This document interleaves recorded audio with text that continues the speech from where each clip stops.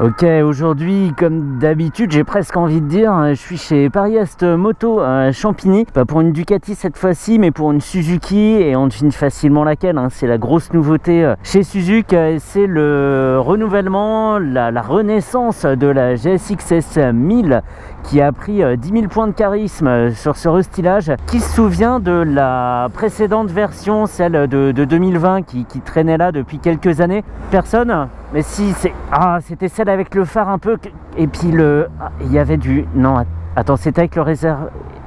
Et puis il y avait un arrière qui était un... Attends, comment elle est? Bah non, je m'en souviens pas. Je suis comme tout le monde en fait, parce qu'elle avait pas de personnalité, elle passait comme ça dans le trafic sans qu'on la remarque. On savait pas si c'était une GSR, une GSX-S 750, bref, complètement inaperçu.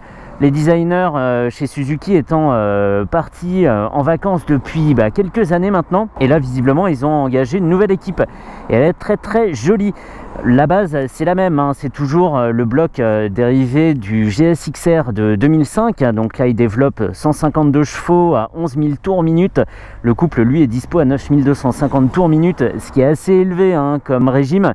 J'espère qu'il y aura quelque chose quand même avant, histoire que je m'amuse sans trop perdre mon permis non plus.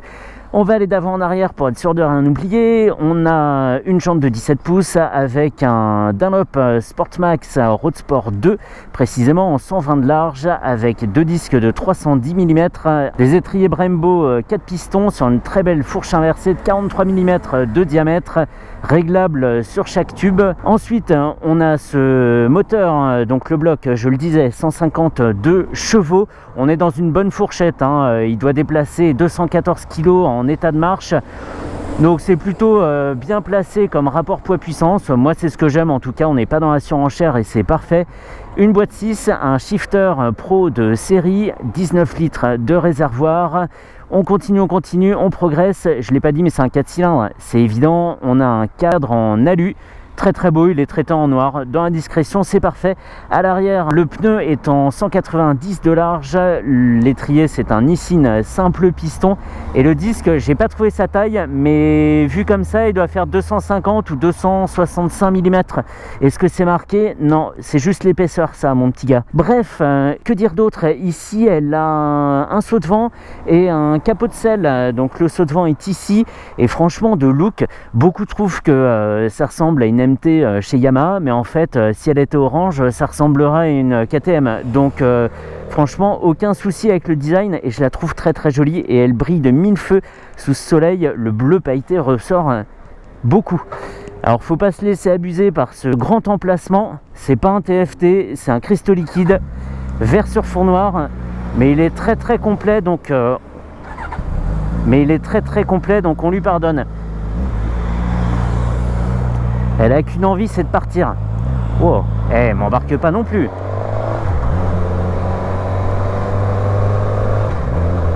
Donc là, je suis en mode B.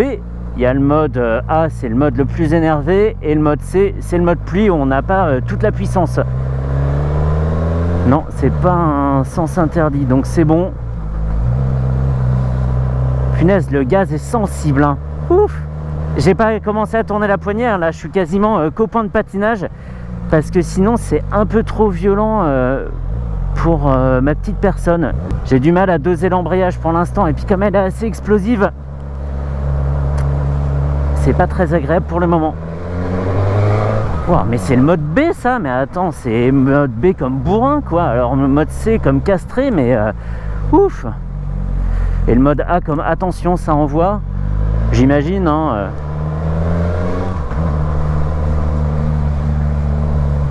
Ouais, ça réclame quand même une petite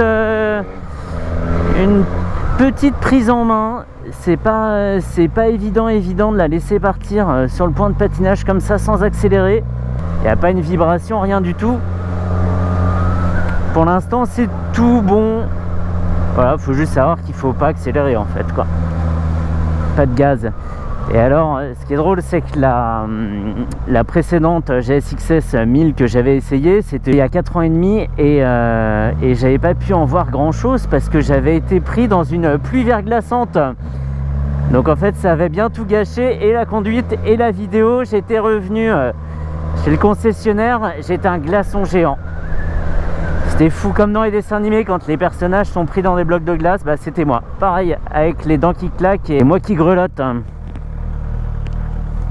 Oh le bruit.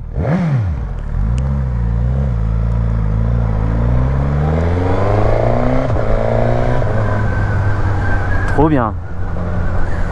Alors précédemment on avait un fat bar rental que j'adorais et je l'adorais aussi sur la version 750. Là c'est un guidon cheat sheet pas de marque, mais on a une prise en main assez sympa de la moto avec les mains légèrement plus écartées que les épaules, sans que la position soit trop stricte non plus, hein. On n'est pas sur l'avant, trop porté sur les poignets.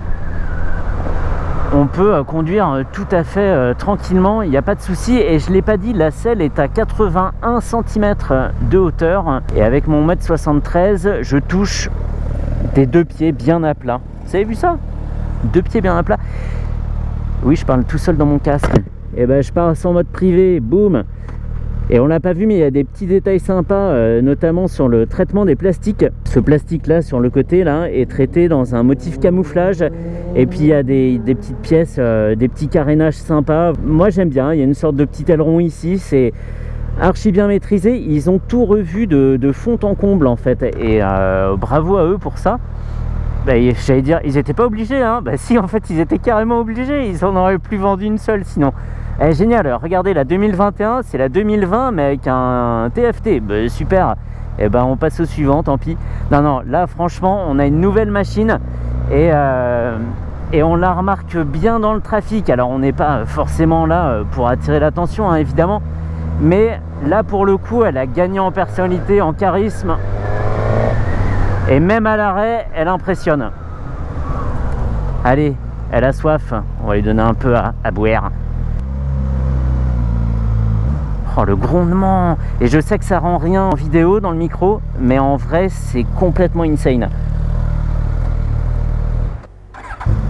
6 litres d'essence plus tard, nous voilà repartis. 19 litres, conso annoncé par Suzuki, 6 litres et demi. 6 litres et demi, 19 litres. Ouais, je sais plus.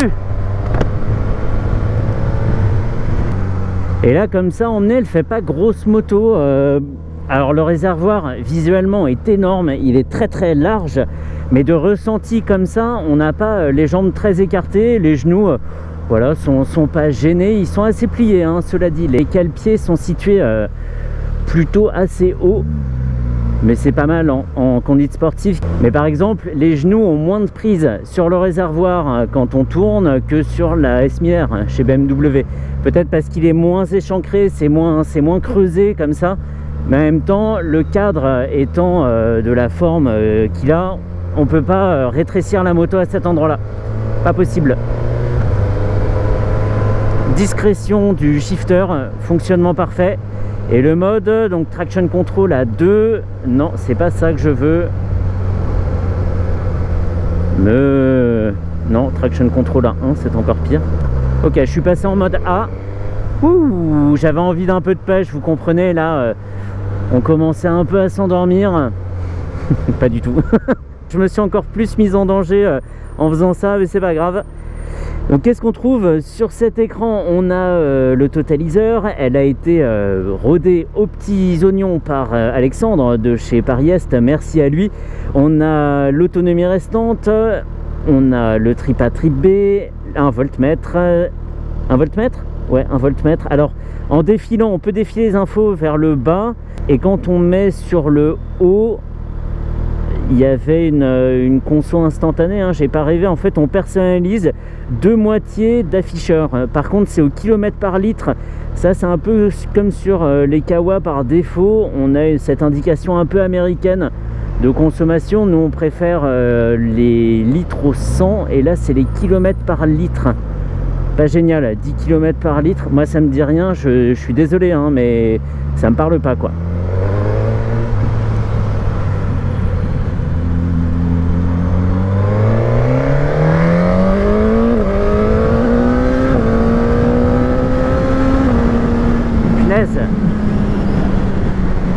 Il y a un truc qui va pas, la selle a zéro grip, Elle est très lisse, le revêtement n'accroche absolument pas mon postérieur et du coup je me retrouve quasiment sur le capot de selle. Donc pas génial en termes de maintien, pas bon.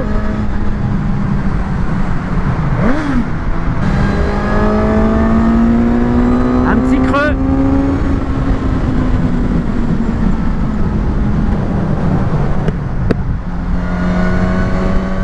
Il y a un creux, j'étais en 5e, à une vitesse déjà assez élevée, en régime je devais être au-delà de 6000 tours et pourtant il n'y a rien qui arrivait, poigné dans l'angle. On va voir si ça se confirme un petit peu plus loin. Parfait, le shifter à la descente marche nickel. La moto vibre un peu, mais ce sont des toutes petites vibrations vraiment typiques du 4 cylindres, de celles qui t'engourdissent un peu les parties quand tu les as contre le réservoir. Voilà ce genre de vibration. Et alors j'adore parce que les mains sont donc plus écartées que les épaules, à peu près de 10 cm je dirais, et ça donne une position finalement quand on va vite. Instinctivement on se met sur l'avant, les coudes fléchis, c'est parti pour la déconne. Mais par contre instinctivement aussi j'ai tendance à la garder un rapport en dessous pour garder un régime un peu élevé, histoire de gagner en réactivité. Là je suis dans les 6000 tours et je parle très fort hein, parce qu'il y a beaucoup de vent aujourd'hui. Mais bon, déjà on a un semblant de beau temps, on va pas se plaindre. Eh ben c'est hyper dommage qu'il y ait cette barre derrière ce camion parce que je me serais fait un plaisir d'aller dedans. Allez, j'y vais. Wouh, je plaisante. Ça aurait été délire, n'empêche. C'est pas une moto qui va très vite en fait, hein. Tant qu'on la chatouille pas fort, elle donne pas énormément. Alors j'espère me tromper et puis découvrir une autre facette. Mais pour l'instant, c'est pas la plus dingue. On garde facilement le contrôle sur la machine. On se fait pas piloter par la moto. Ça, c'est parfait. Enfin, ça peut être bien, ça peut être bien. Moi, j'aime bien, c'est tranquille, on va pas surveiller le compteur. On laisse la moto aller, on sait qu'elle accélère pas plus que nécessaire.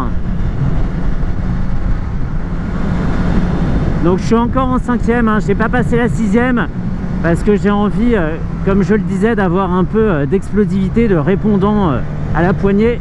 Et je pense pas qu'en 6e, on soit suffisamment réactif. La température n'est pas excessive du tout hein, pour un gros 4 cylindres. Là en roulant on arrive à approcher 75 degrés.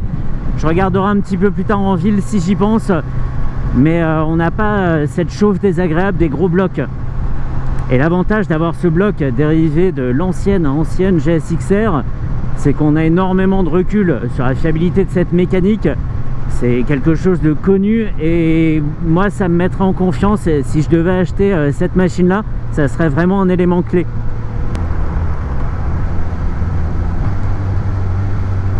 Nickel, le shifter down fonctionne vraiment bien, même sur un petit filet de gaz. Il n'y a pas à couper le gaz pour qu'il fonctionne correctement.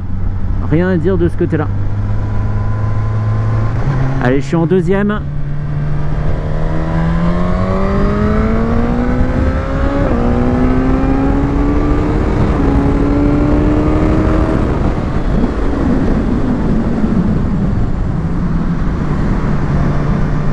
Trop long, trop long, ça tire trop long. Là elle commençait à se libérer à 9000, après j'ai fait 10 000, après j'ai perdu mon permis donc j'ai dû m'arrêter. Mais en fait on sent qu'il y a plus, mais beaucoup trop loin.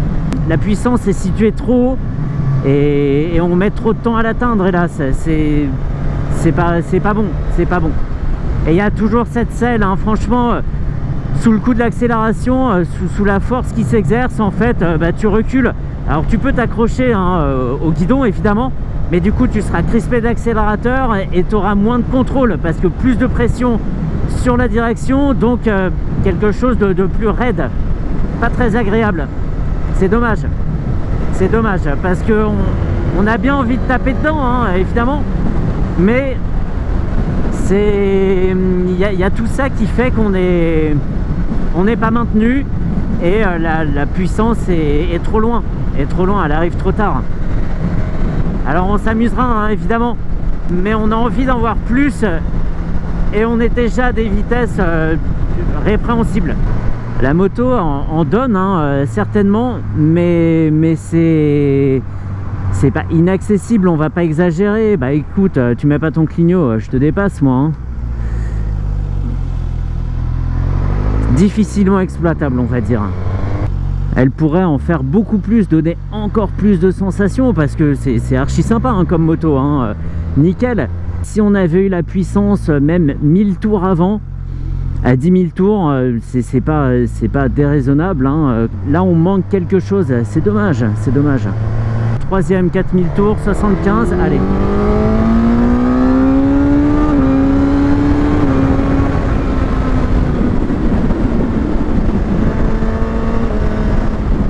Un deuxième truc qui va pas. Je sais pas si c'est le fait justement de me tenir pour pas partir loin sur la selle. Mais là j'accélérais en courbe et en fait la moto sous-virait. Je sais pas si ça s'applique comme terme à la moto, mais je pouvais pas ne pas écarter ma trajectoire comme ça. Avec une selle, il faudrait me scotcher à la selle. Je serais peut-être plus léger sur les contrôles et je pourrais un peu la ramener comme ça, la faire vraiment suivre une trajectoire. Là je sais pas, il se passe un truc pas net. Rien. Allez, à 8000 tours ça commence à arriver, mais c'est tranquille hein. C'est pas une avalanche de puissance, pas vraiment de surprise. Et avant ça il y a un creux mais intersidéral. Bon, sinon au freinage j'ai rien à dire hein. Punaise. Trop bien. Ils sont très efficaces, le mordant est dans la moyenne. Par contre ils ont une efficacité sur le reste de la course de la poignée vraiment parfait, très bon. 210 de 310, alors on voit maintenant les 320 et 330, mais en fait là ça suffit. Un bilan un petit peu mitigé hein, sur cette moto. Alors évidemment c'est pas tous les jours qu'on tape dedans et qu'on sera un peu frustré. Pour le reste elle fait très bien les choses, très facile à emmener, même s'il faut un petit temps d'adaptation pour la ville, pour la laisser partir sur le point de patinage et sans gaz s'il vous plaît, c'est important, sinon c'est trop brutal. Elle fait les choses bien, elle est proposée à 13 200 €, ce qui en fait une des machines de ce segment là les moins chères. Deux looks qui se sont bien bougés, il n'y a rien à dire. Elle fait tout bien, ce sera pas la plus performante. Pas la plus performante, c'est pas non plus celle qui incite à avoir le meilleur pilotage. Elle me pousse pas à dépasser mes limites, comme a pu le faire la S1000R où je me sentais vraiment très à l'aise. Et là, pas trop. Un bilan un peu en demi-teinte. Voilà que je me mets à employer des termes que j'aime pas. Même si ça veut bien dire ce que ça veut dire. Non, toujours pas. Toujours pas. Bon voilà, on va en rester là hein. C'est comme ça, il y a un creux. En ville elle est nerveuse, on va dire jusqu'à 3000, 3500 tours, bien. 4000, 8000, un creux, appelons-le comme ça. On est poigné dans l'angle et on attend que ça arrive et ça dure très longtemps. Et après elle se réveille, mais beaucoup trop tard. Moi quand je suis à 10 000 tours, voilà, j'ai pas envie d'attendre encore que ça arrive quoi. Voilà, on en reste là. Encore merci à Alexandre pour le prêt de la machine. Et j'en ai pas parlé, là je remarque parce qu'il y a énormément de vent. Mais le saut de vent fait bien son office pour tout ce qui est torse et bas du casque. Au-dessus on est un petit peu chahuté, le vent a tendance à avoir de la prise sur le dessus du casque. Mais sinon c'est très bien hein, comme quoi un petit bout de plastique, si ça dévie le flux efficacement, ça suffit. Voilà, à la prochaine. Jeudi prochain, je sais pas si je fais une coupure dans les vidéos pour les vacances, je sais pas encore. Bref, on verra.